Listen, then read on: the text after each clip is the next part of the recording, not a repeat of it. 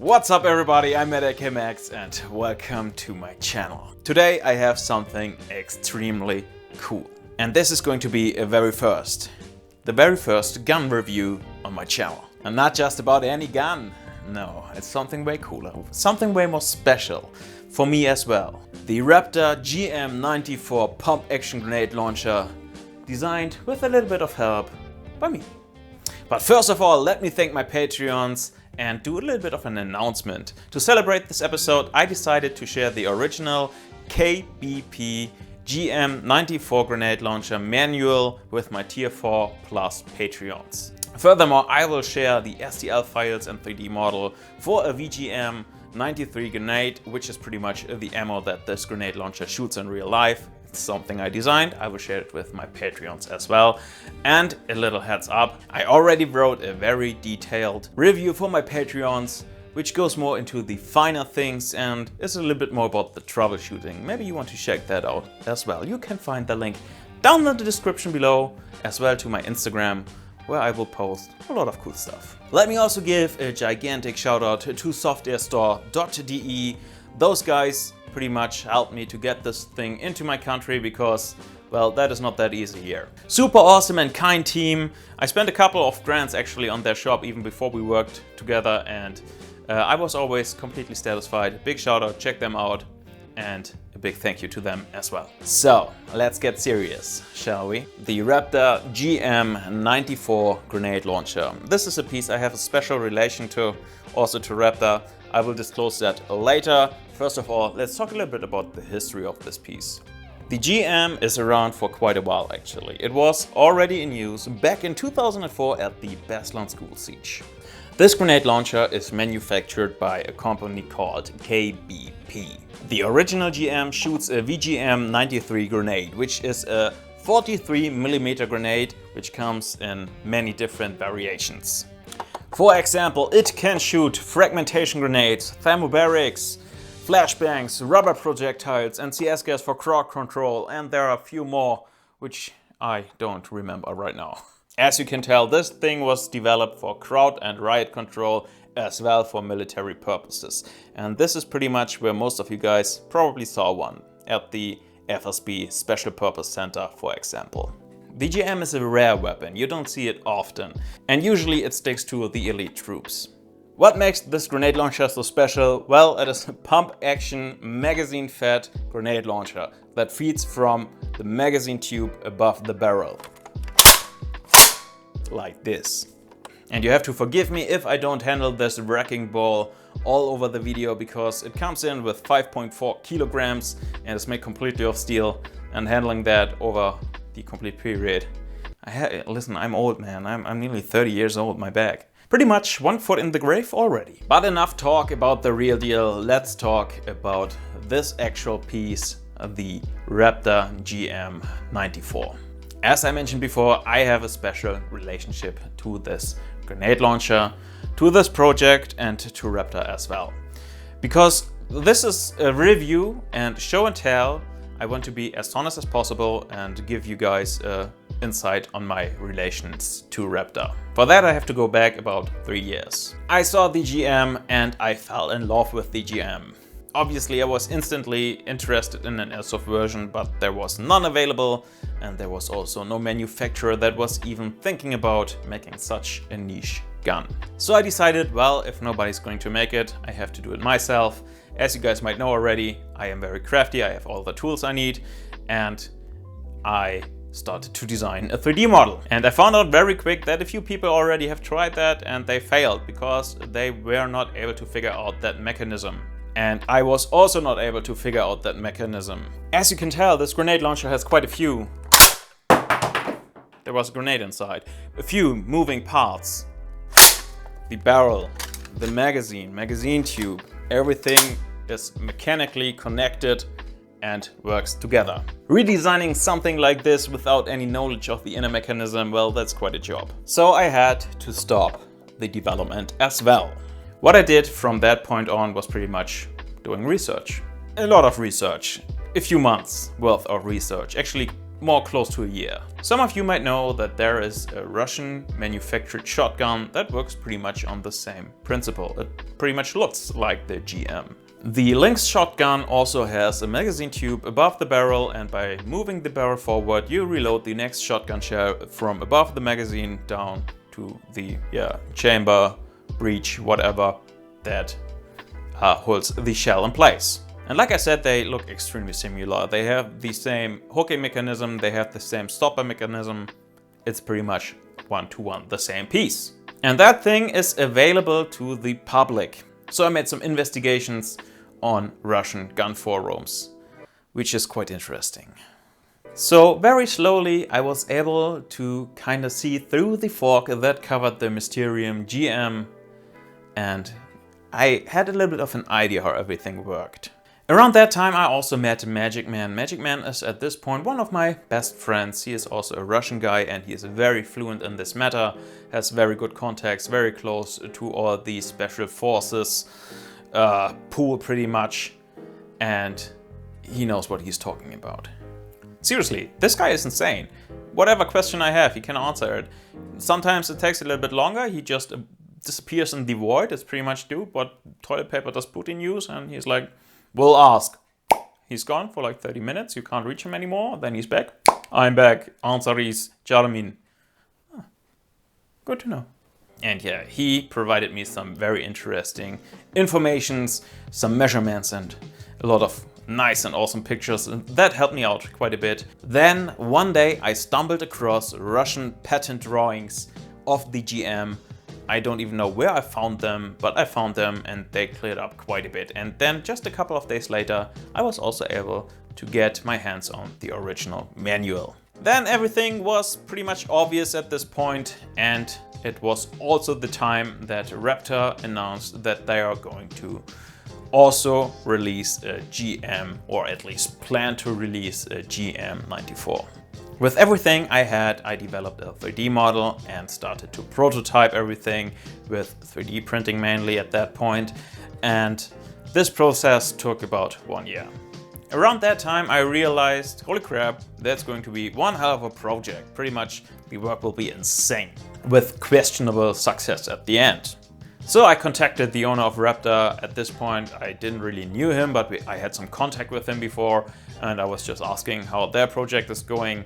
And well, yeah, it turned out that they're also struggling with the inner mechanism and had trouble to figure everything out. And I was like, hey, listen man, this project, this will eat up so much of my time. It will cost me so much nerves. What do you think about working together? So we quickly came up with the deal we both agreed happily to, and this is the end result. So, do I get paid for making this review?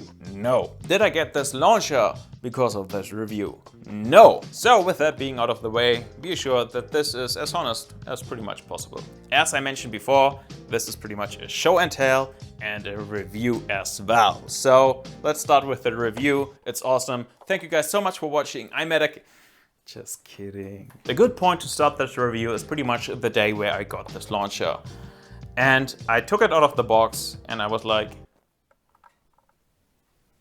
fuck yes. Like seriously, this thing is completely made from steel. Every single part that is steel on the real counterpart is also steel on the Raptor GM. As mentioned before, this is also why this thing is so goddamn heavy with 5.4 kilograms unloaded.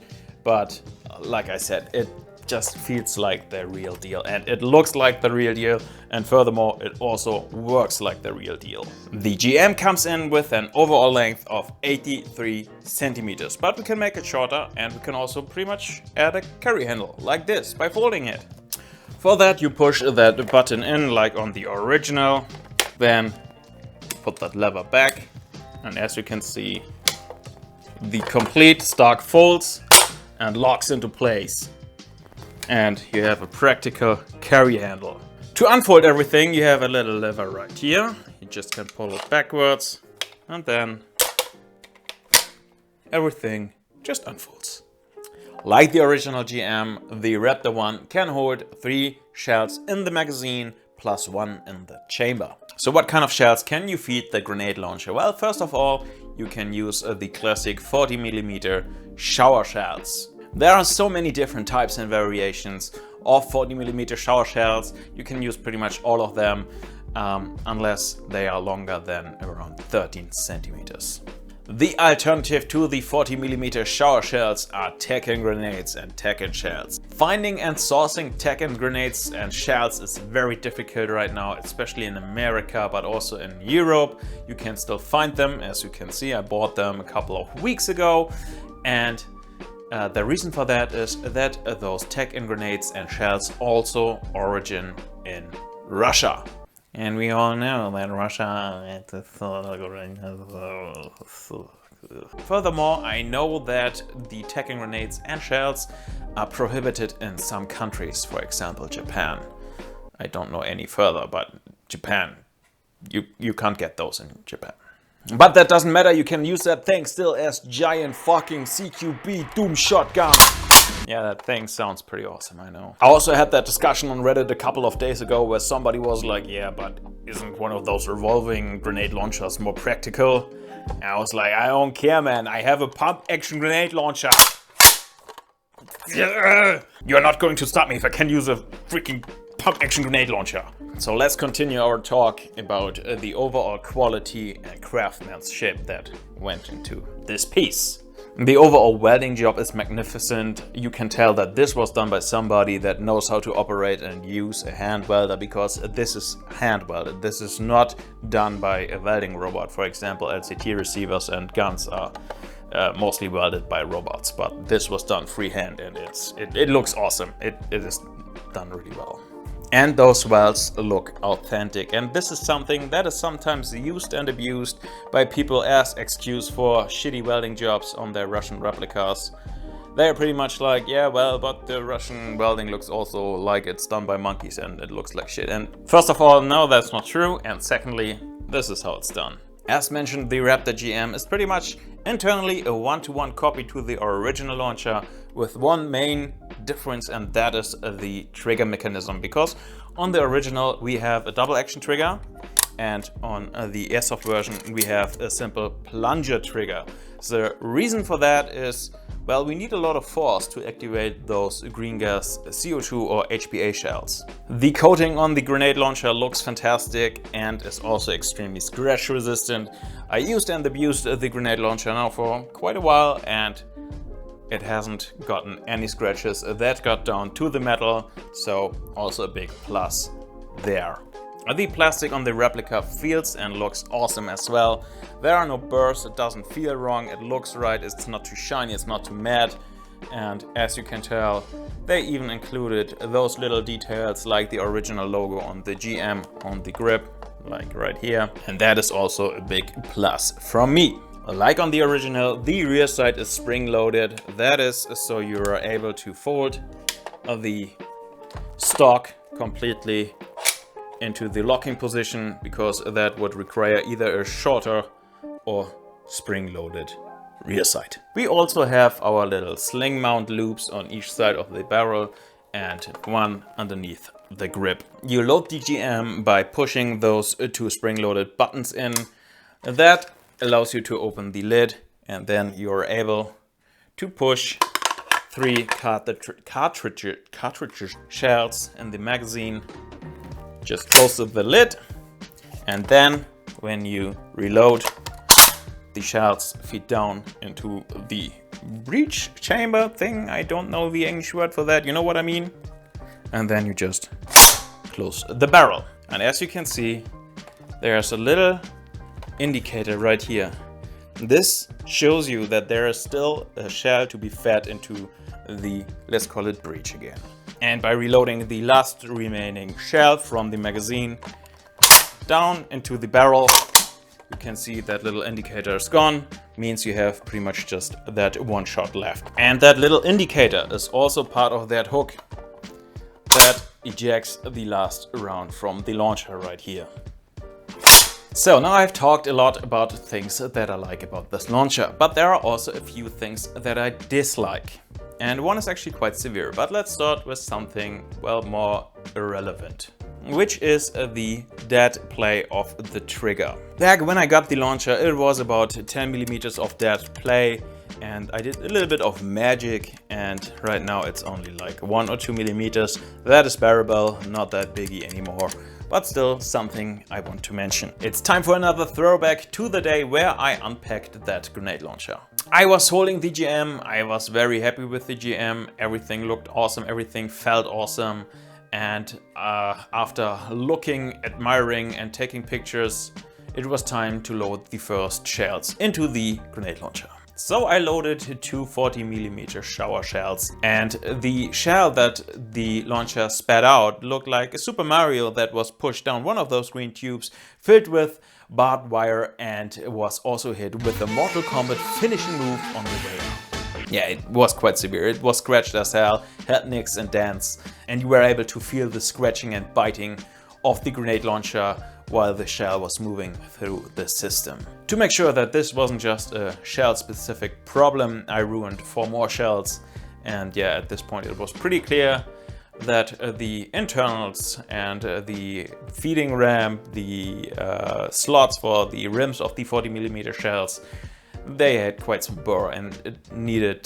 deburring bad.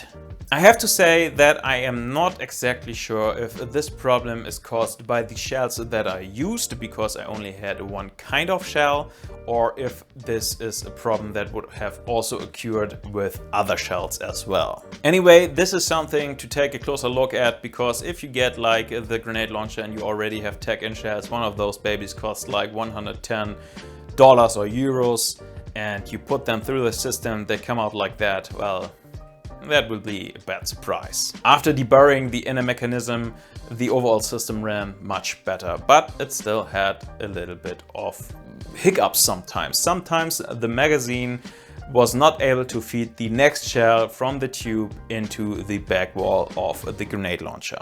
I was quickly able to figure out that this is caused by the feeding ramp, and the feeding ramp has, for a short period of time, the actual job to stop the shell from getting from the magazine into the back of the chamber while the whole feeding ramp moves downwards.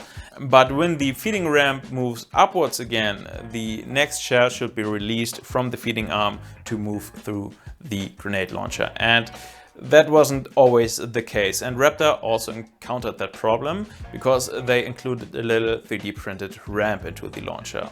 And that little ramp was like 2 or 3 millimeters too short. But yet again, I am not sure if that was caused by the shells I was using, because for example that the rim is a little bit wider than the shells that they used to design the grenade launcher, or the variety of the shells that they're using. But anyway, I had to redesign the ramp and 3D printed it, built it into the grenade launcher, and then it worked flawless. As you can tell, it feeds now all kinds of shells, 4 shells without a problem.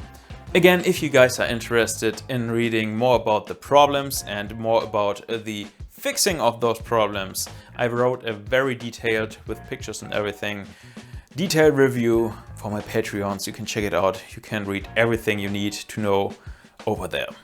Again, link in the description. So let's talk about the price and the overall availability of the GM-94 by Raptor. The price does vary a little bit. It depends on your location, but usually it goes in between $600 and $750 US. And you guys might wonder, is that a fair price? Well, let me put it this way. As someone who is also manufacturing things like this, crafting things and doing a lot by hand, I can't get my head around how they only ask for like $600. The amount of work, the amount of craftsmanship, and the amount of materials and resources and time that goes into something like this is seriously immense. I wouldn't have been surprised if the price is twice that high, and I would still have paid twice the price that they're asking right now, because like I said, I know how much work this thing is, and if I would have built that, well, yeah. One-offs are of course a different story, but still, I can appreciate that price. Which brings me to my next point, the availability. Of course, I don't know all the details, I don't know the backstory, and I don't want to speculate. But I know that COVID is still kicking their butt, because COVID is handled a little bit different over there in Asia. And they still have problems with the delivery chain of materials and things they need for the grenade launcher. But they do exist, as you can see, and they are absolutely awesome and worth every single penny in my personal opinion. Where do you get one? If you are from the United States, the pre-ordering process is handled by Darcy Company. Darcy Company runs by FSB Collective, Sean Deal, a very nice guy. And yeah, we were talking about improvements that can be done to the grenade launcher, and we communicated those over to Raptor because, again, we are one of the very first people that ever had the opportunity to work and, yeah, hold one of those babies. If you want to pre-order from Europe, well, you have to look over to Great Britain because it is handled by Airsoft World, I believe is their name. And yeah, Great Britain is not part of the United European Onion, I mean. The European Onion. Onion. Not onion. Not the smelly thing. The EU. You know what I mean. If you are from Asia, well, you can order over Octagon Airsoft. They also offer pre-orders. I have no idea who that is. I have no personal experience with them. And at some point you will be also able to buy them in Germany over a software store, but they are not up for pre-order. And just like that, we're done again. What a ride. I hope you enjoyed. I hope you liked this episode. This is a project that had my heart from the very beginning. It is a little bit of my soul that went into this piece as well, and I'm super happy to have it here to show it to you guys, to give my personal, honest opinion about it, and make sure that you guys know everything that you have to know about the GM. And if you guys are seriously interested in supporting me, you can do so over at Patreon. My channel is still small, but it grows at a very impressive rate, I'd say. And my little Patreon gang, it helps immensely. Like, seriously guys, you know, my existing gang, I appreciate you so much, and I try my best to keep you guys satisfied. And overall, I try to put out the best content that I can produce and to improve every time with every video. And yeah, I hope you can see that. I hope you can see the heart and soul that works or goes into my work. Also, there are a few interesting projects coming very soon. We will do a kit tutorial on an FSB Recce kit. We will take a closer look and kit tutorial of pretty much one of the poster boys of FSBA, which is the Predator. And I will also try to win the Escape from Tarkov cosplay challenge. And last but not least, a small little shout out to e.darby04 on Instagram, because he actually linked me a picture or a video of FSB soldiers wearing that green FSB sign on the back, where I was not sure if that was ever in use. Well, now I know that's in use. Dude, thank you. Seriously appreciate it. I have nothing else for you guys. Thank you so much for watching. I'll see you soon.